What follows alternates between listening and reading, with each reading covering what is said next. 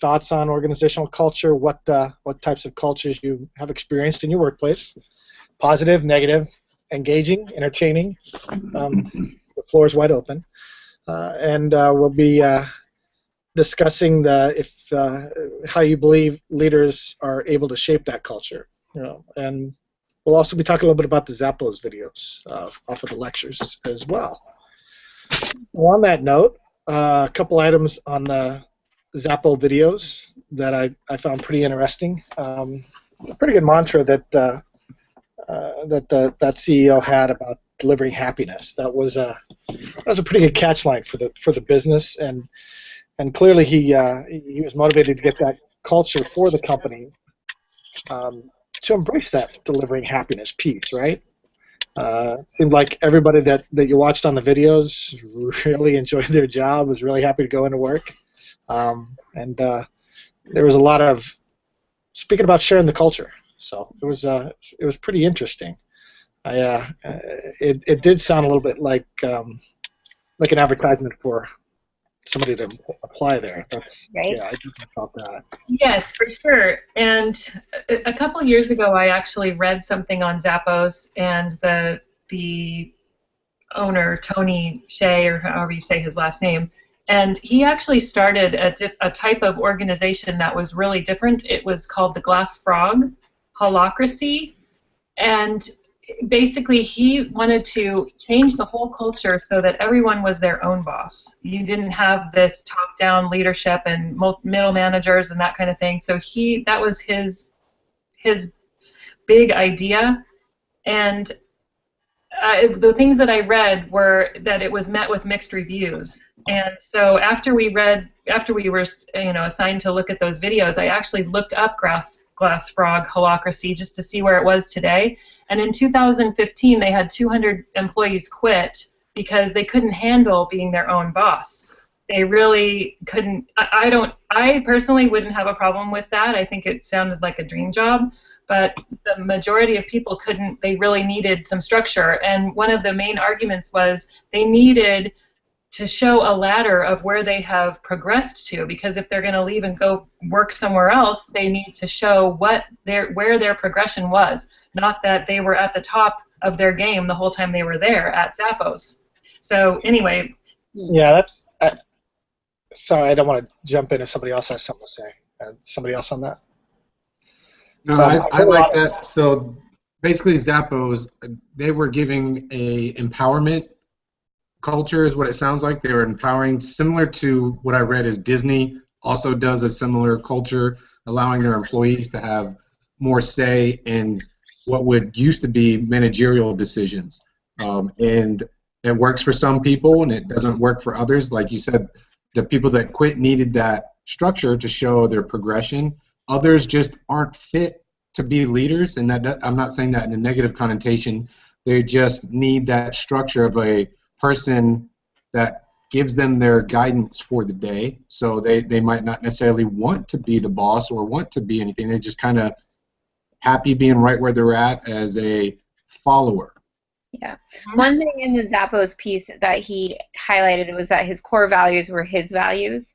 So, like, when you're joining a company knowing that, I think that's how he got a lot of his followers have the buy-in. And, like, his desk was just as messy as anyone else's desk. Like, they showed a video, and he's like, I'm out with everyone else. I don't have an office. I'd be bored if I had the office. Which I was like, that's great. I mean, some people will be bored if they are secluded into one room and they shut the door, which I guess that creates the openness in the culture. I mean, you can have managers who, like, whatever, you don't bother me, my door's closed. You have to page me if you want to talk to me first, and then we'll start a conversation kind of thing. So. Well, let me ask a question. It's a two-part question. So the first part is, do you guys subscribe to the theory that if everyone is boss, then no one's boss?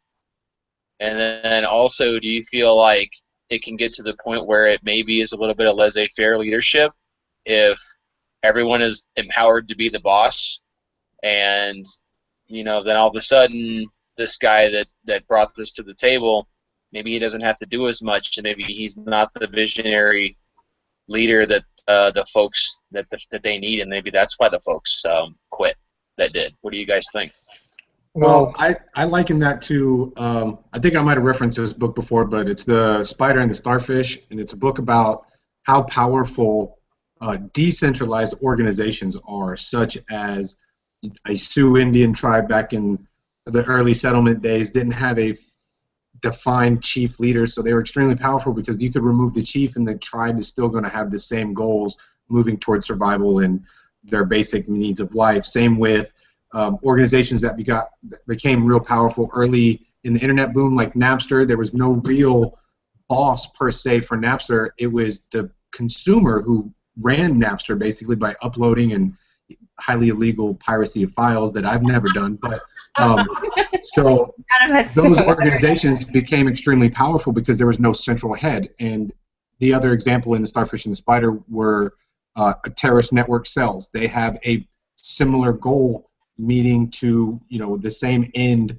with no real head. It doesn't matter if you take that head out today, tomorrow, the next day. That organization is still going to be powerful and still going to function.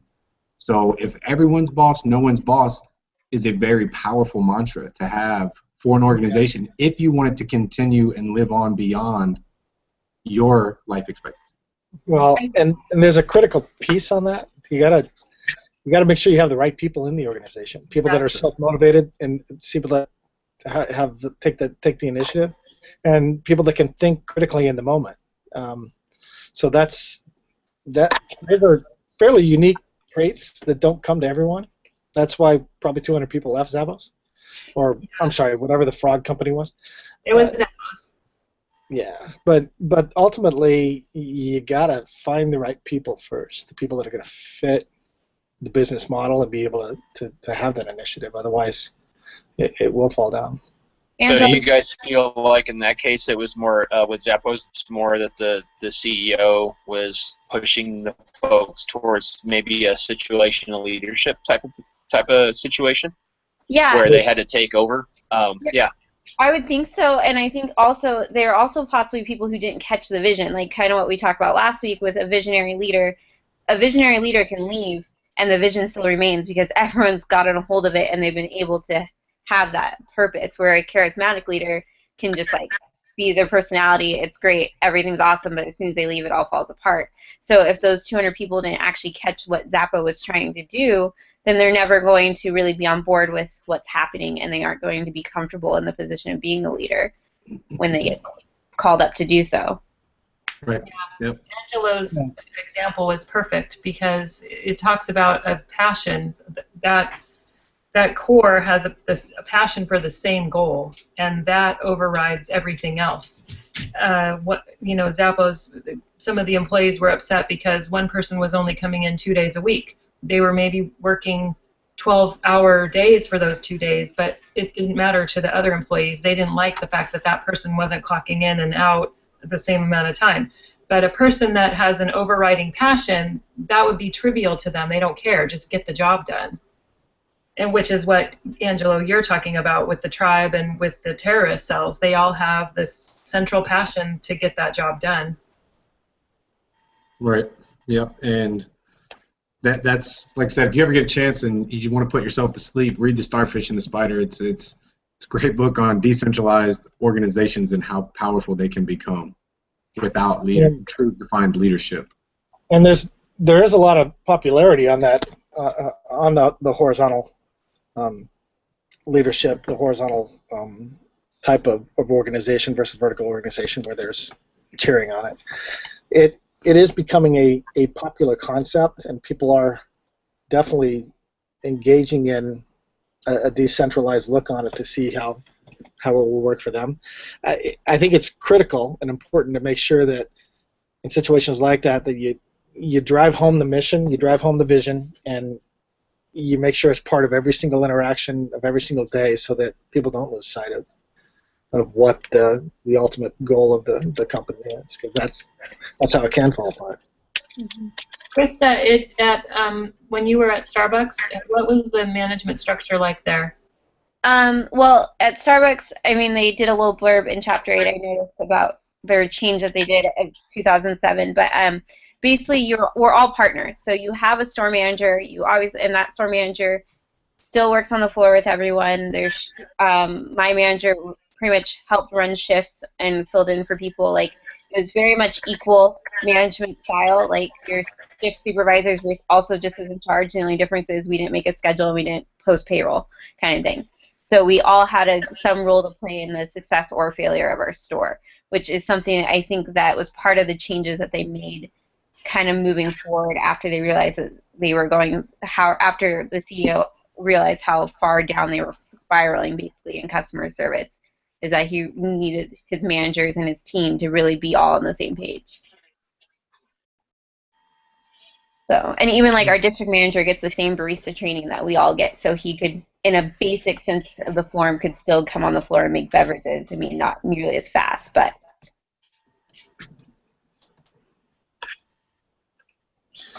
Yeah,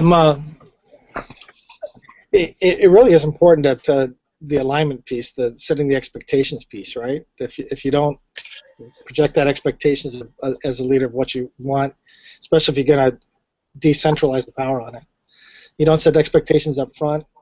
Just a quick piece on that. People decide what they need to do. So. Right. So going back to some of the cultures that we might have experienced, I know one job that I held, I worked for a large computer manufacturing company in Austin, Texas. And Austin's a kind of what they call Silicon Valley of the South. I mean, it's actually a really technical city if you've ever been there. A lot of startups. Google has a headquarters there. Samsung's got $1 billion campus. They're very, very tech-savvy city. And I worked for this company, and it was similar to what Krista was mentioning, how as long as you clocked in, or as long as you got your work done, you didn't really have to clock in. And that actually ended up paying dividends for me, because I could leave and go to class, for 3 hours a day and come back, and work. As long as I got my work in and done, it didn't really matter if you were 9 to 5, 5 to midnight if you wanted to. It didn't matter. And that kind of, that played really well for certain positions in the company. It didn't exactly go over too well for a culture, I would say, because we had deadlines that we had to meet. We had final outs, FIFO, like all kinds of, industry and products that needed to get out. And if we weren't meeting those deadlines, who were we to blame? Because how were we tracking who was really there putting in the work? And you know what I mean? So that got to be difficult for me. Ultimately, that business closed its doors. Yeah. I was actually going to ask you about company shut its doors. So, guys, to kind of wrapping back to culture, at the places that you've worked, like I shared that last week that I worked at Southwest Airlines, which is like will beat you over the head with culture, in a good way.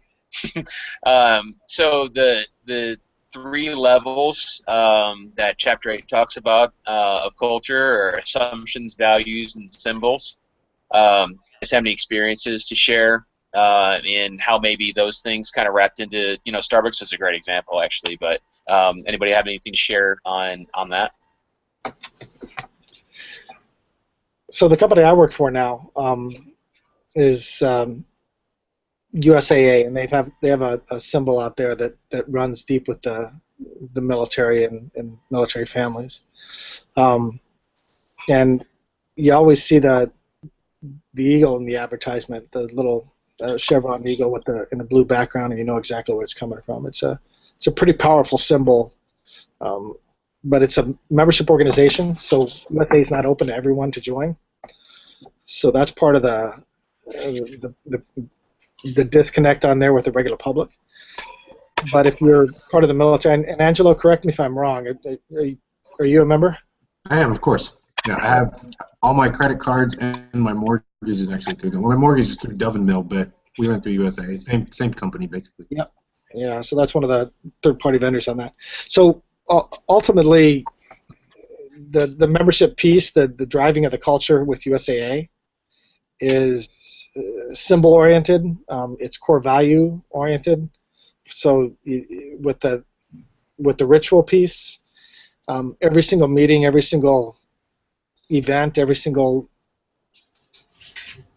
whatever we have is always starts with the mission, and always brings that vision back into doing what we do every day. And it's really it's very powerful because I had a long career with Home Depot before. I spent 20 years there before I started with USAA, and it's night and day as far as the culture goes, and enjoying what you do and going into work. It's pretty amazing. So I can definitely identify with the symbol piece, with the rituals. It's all there.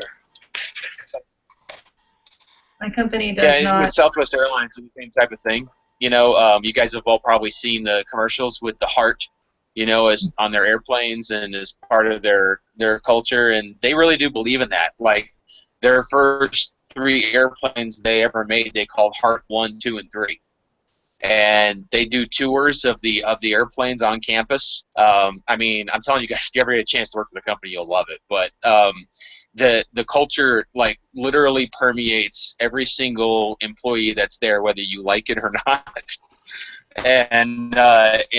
And like you guys, just kind of wrapping back around to the decentralized leadership. That's the thing about Southwest Airlines is they basically it's almost like a train the trainer type of culture, and leaders are trained up and coached, but at the same time, if somebody leaves the company, which happens quite a bit, somebody is there to take their place, and they're willing to take their place because they're empowered through situational leadership. So, Holly, you were going to say something? Oh, I was just saying my company does not have anything as far as rituals or symbols go. When you get hired, though, you do have 2 weeks of culture training. It is called culture training, so they're not reinventing the wheel there. But every coworker that I have, it's just been the best place that I've ever worked because every coworker that I interact with, they all share the same mutual respect for each other, and it doesn't matter what you need help with. Someone's going to drop what they're doing and help you when you hold your hand up and say, I need help. So I think when you start out with culture being the main driver to your employees and making sure that everyone's a good fit with the group that's already there, it's pretty successful as far as being a satisfying place to work. Oh, yeah. Excellent. I agree. That's yeah, very good point. Okay. all right, let's wrap her up. Well, I think we met all of our objectives today. We had a very thorough and wonderful discussion about company culture.